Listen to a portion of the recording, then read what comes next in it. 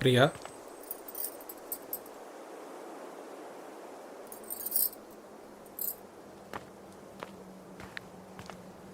பிரியா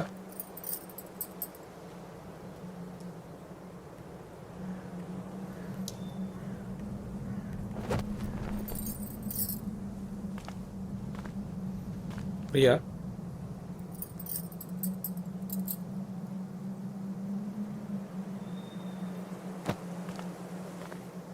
ஏய் ஏய்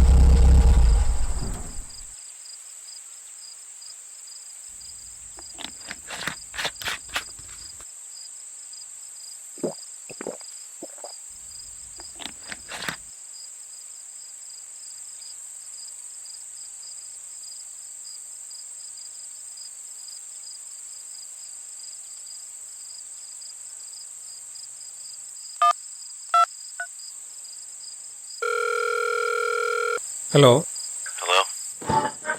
hello Hello? Hello சை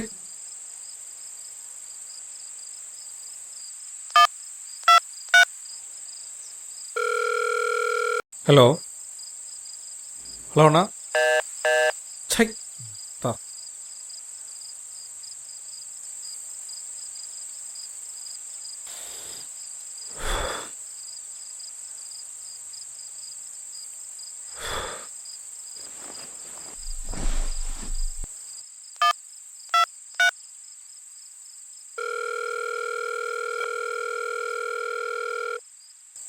ஹலோ அண்ணா நீங்கள் சொன்ன இடத்துக்கு நான் வந்துட்டேண்ணா அப்பாட்ட சொல்லிவிடுங்க நீங்கள் சொன்னாலே எப்போ வருவார் தம்பி நீங்கள் கோவப்படாமல் அங்கேயே இருங்க அந்த ஆள் இப்போ வந்துடுவோம். சரி தம்பி நான் சொல்கிறேன்னு கோச்சிக்காதீங்க.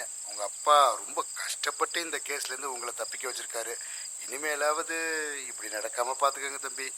ஏ மயிராண்டி எங்கள் அப்பா மாரி பேசிகிட்டு இருக்காத உன் வேலை என்னமோ அதை பாரு தம்பாடு.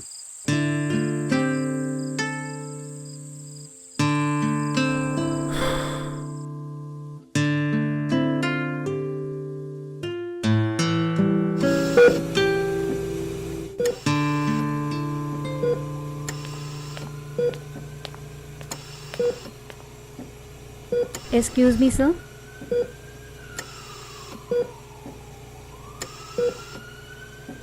உங்கள் பொண்ணு இன்னும் கிரிட்டிக்கலாக தாங்க இருக்காங்க. அந்த பையன் அடித்ததில் நிறைய பிளட் லாஸ் ஆகிருக்கு. நாங்கள் எங்களால் முடிஞ்ச எல்லாமே பண்ணிட்டோம். The rest is with nature.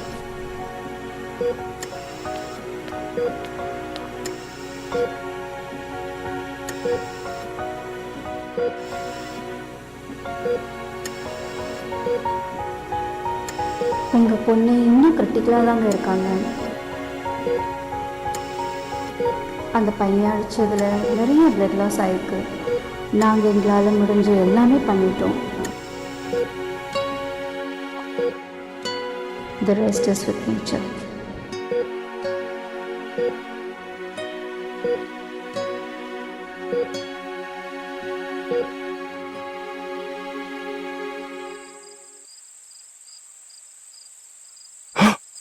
யார் நீ? கோபாலம் சாலா?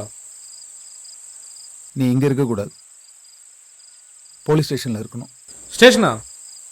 யார் நினச்சி பேசிகிட்டு இருக்க? முதல்ல நீ இங்கேருந்து கிளம்பு. நீ போலீஸ் ஸ்டேஷன் கிளம்பு, நான் அப்புறம் போகிறேன். மயிராண்டி சொல்லிக்கிட்டே இருக்க, திரும்ப திரும்ப அதே பண்ணிடு. ஆசிட் அடிச்சு போர் அடிச்சிருச்சா? இப்போ கையாலேயே கொலை பண்ண ஆரம்பிச்சிட்டியா? யாரா நீ? அந்த பொண்ணோட அப்பனா இல்லை சொந்தக்காரனா? உனக்கு எவ்வளோ பணம் வேணும்?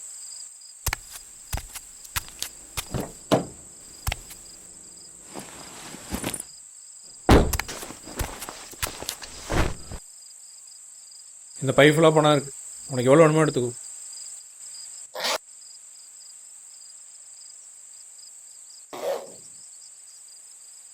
ஒரு பை பணம் எல்லாத்தையுமே சரியாக்கிடும்ல?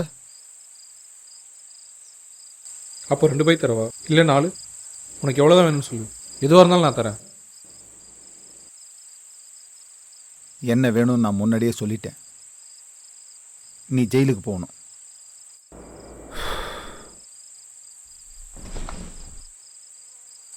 நீ அந்த பொண்ணோட அப்பனா இருந்தா இந்நேரத்துக்கு நான் வெட்டி கொண்டிருப்பேன். இல்லை உனக்கு பணம் தான் முக்கியமாக இருந்தால் இந்த பையை எடுத்துகிட்டு போயிருப்பேன். ஆனால் ஏன் ரெண்டுமே இல்லாமல் என்ன ஜெயிலுக்கு அனுப்பணும்னு நினைக்கிறேன்? காரணம் சொன்னா ஜெயிலுக்கு போறியா? மனசை தொடுற மாதிரி காரணம் சொல்லு பார்ப்போம். அப்ப சொல்றேன். என் பொண்ணு காலேஜில் படிக்கிறா. அவளை ஒருத்தன் லவ் பண்ணான். அவன் டார்ச்சர் தாங்க முடியாம ஒரு நாள் எல்லாருக்கும் முன்னாடி அவனை அரைஞ்சிட்டா. அந்த பையன் தற்கொலை பண்ணிக்கிட்டான். அதுக்கு பழி வாங்கறதுக்காக அவனோட அண்ணன் என் பொண்ணை நடு ரோட்ல அடிச்சு போட்டு போயிட்டான். என் பொண்ணு இப்ப சீரியஸா இருக்கா. அதான் காரணம். இந்த காரணத்துக்கும் நான் ஜெயிலுக்கு போறதுக்கு என்னையா சம்பந்தம்? நீ ஆசிட் அடிச்சுட்டு எந்த தண்டனையும் இல்லாம தப்பிச்சதுனாலதான் என் பொண்ணுக்கு இப்படி ஆயிடுச்சுன்னு எனக்கு குற்ற உணர்ச்சியா இருக்கு. உனக்கு ஏன் குற்ற உணர்ச்சி வரணும்? நீ எது பண்ணாலும் அது என்னதான் பாதிக்கும். அதான் ஏன்? ஏன்னா நீதானா?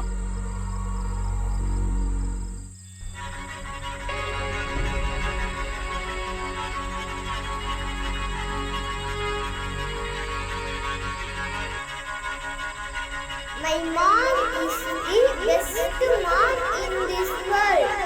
She is my role model. ஏன்டா ஸ்கூல் டூர் போகல? இதெல்லாம் ஒரு ஜாலி மூமெண்ட் தானே. ஸ்கூல் டூர் விட ஹோம் டூர் தான் எனக்கு ஜாலி. அதுவும் மட்டன் சுக்கா சாப்பிட்டுட்டு ஹோம் டூர் பண்ணுறது ஜாலியே ஜாலிம்மா. நானும் உன் கூட வரேம்மா. பாட்டி வீட்டில் வந்து ப்ராக்டிக்கல் எக்ஸாம் போகிறேன். இல்லைன்னா நீயும் என் கூட நாளைக்கு வா. உங்க கூட வந்தா உங்களால தான் நல்ல லேட் ஆயிடுச்சுன்னு உங்க மாமா கத்துவார். அங்கே வந்தா நீ படிக்க மாட்ட. நீ ப்ராக்டிக்கலை முடிச்சுட்டு நாளைக்கு உங்க அப்பா கூட வா. இப்போ நான் மட்டும் போறேன்.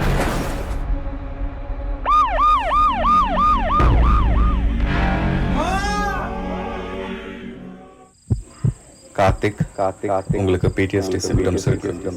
ஸோ கண்டிப்பா நீங்க மெடிசன் எடுத்தே ஆகணும். இந்த மயிறு மெடிசன் எனக்கு வேணாம். என்ன எப்படி சரியாக்கணும்னு எனக்கு தெரியும்.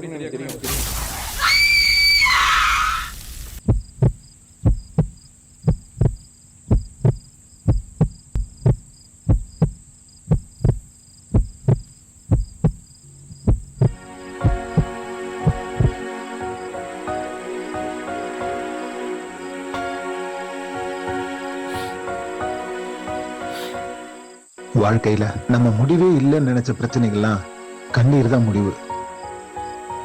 கொட்டிடு, கொட்டி தீர்த்துடு.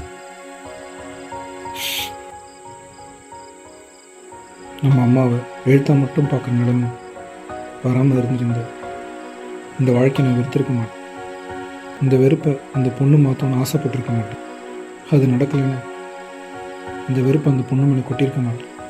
வாழ்க்கையில நடந்து முடிஞ்ச விஷயங்களை ஏத்துக்காம அதை வெறுத்தம் பாரு, அதான் முத தப்பு. அந்த தப்பையும் புரிஞ்சுக்காம நாம உருவாக்குன வெறுப்பை யாரோ ஒருத்தவங்க வந்து சரி பண்ணுவாங்க நினைச்சிட்டு இருப்போம் பாத்தியா, அதான் அதை விட பெரிய தப்பு. நம்ம உருவாக்குன வெறுமைய நாம தான் நிரப்பணும். என்னால் அது முடியல. முடியலன்னு 20 வருஷமா நம்மளை நாமளே ஏமாத்திக்கிட்டது போதும். இப்ப அதை மாத்திக்கிறதுக்கான நேரம் வந்திருக்கு.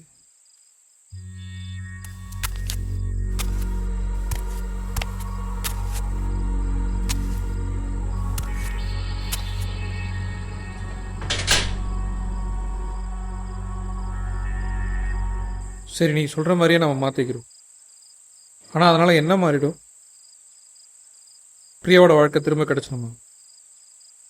இல்லை நம்ம பொண்ணு தான் பழிச்சுப்பாளா? மாறுறதெல்லாம் என்ன தான் கிடைக்க போகுது? பிரியாவோட வாழ்க்கை திரும்ப கிடைச்சிருமா எனக்கு தெரியாது.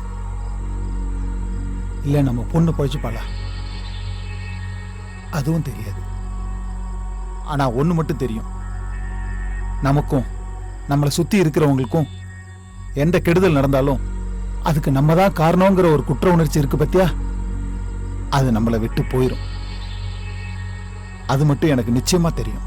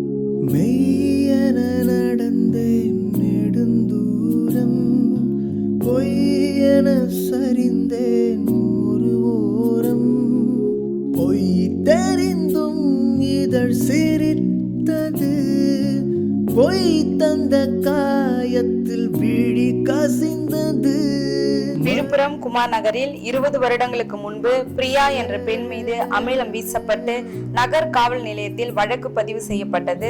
அந்த வழக்கின் குற்றவாளி யார் என்று தெரியாமல் முதல் தகவல் அறிக்கை நிலையிலேயே இருந்து வந்தது. ஆனால் வழக்கு திருப்பு முனையாக 20 வருடங்கள் கழித்து அந்த குற்றத்தை தான் செய்ததாக விசாகு பைப்ஸ் நிறுவன உரிமையாளர் கார்த்திக் காவல் நிலையத்தில் சரணடைந்துள்ளார். பிரபல தொழிலதிபரான அவர் 20 வருடங்கள் கழித்து தன் குற்றத்தை ஒப்புக்கொண்டு சரணடைந்துள்ளது பரபரப்பையும் விவாதங்களையும் ஏற்படுத்தியுள்ளது. மறந்ததை மாற்ற கண்ணீரும் தோற்க புதிர்வட்ட